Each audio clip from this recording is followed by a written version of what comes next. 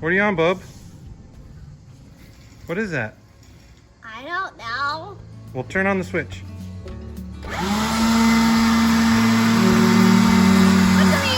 Hey, where are you going? Oh no!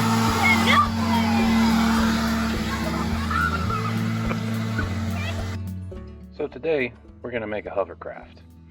It's really not as difficult as it may sound. That right there is a piece of 3/4 inch plywood cut in a 42-inch circle. Why 42 inches? Well, because that's a scrap piece of plywood I had, and that's how big I could make it. You can make it pretty much any size you want. The other thing I added, which you won't see right now, is a piece of 2x4 with a hole cut it to fit my leaf blower. Yep, all you need is a trash bag, pool noodles, staple gun, 3/4 inch piece of plywood, and a leaf blower. I have a battery powered leaf blower. You can use whatever you want. So here, I'm just cutting some trash bags, trying to make the base. I used 3 layers of trash bags because I didn't have the good thick kind that you get at the hardware store. I only had the cheap kind you get at Walmart. Not that there's anything wrong with Walmart. So I put them in 3 layers to give myself a little leeway.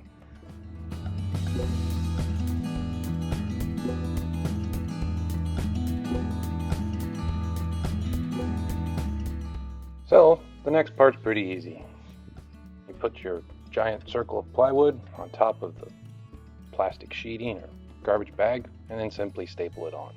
Cut off the excess and there you go. You want it to be pretty tight. It'll balloon up once you put the air in it.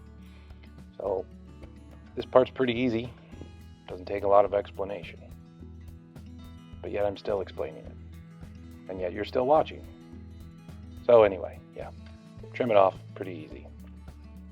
After that, you need the miracle ingredient. That's right, duct tape.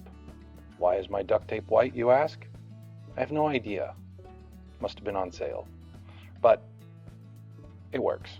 And a good place to use up white duct tape is on a project like this.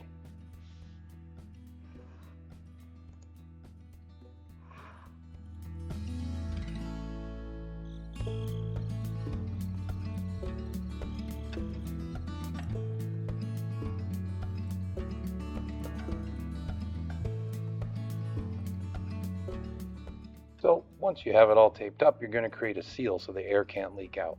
Then you're going to flip it back over. And what I did is I reinforced the center section here with just a little more duct tape. My kids made a mess, sat around and watched me. But this is important because the next thing you have to do is cut some holes to let the air out. And you also have to put a center section in there. Now, you'll see me use a coffee can lid. I later replaced that with a piece of 1/4 inch plywood cut in about the same size circle.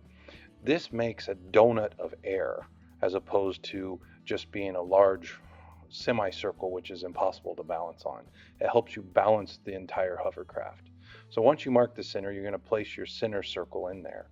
That will again make the donut part. But there's one more important part you need to watch. And the easiest place to find where to put those is after you air the system up is to turn it over and let the dirt show you where it's actually touching the ground.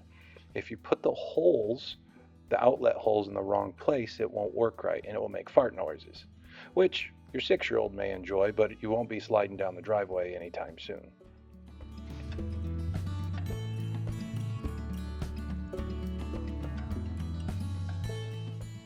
Make sure those stick, it's important. See those holes? They're also important. Make sure you get them in the right spot. Those let the air out so you don't blow up your thing. Next, pool noodles. Oh man, I forgot the pool noodles. Oh.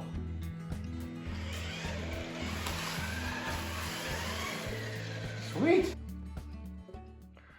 Cut the pool noodles in half, run them around the perimeter. It creates a bumper for your hovercraft, plus it makes it a little bit easier to stabilize once you're on it.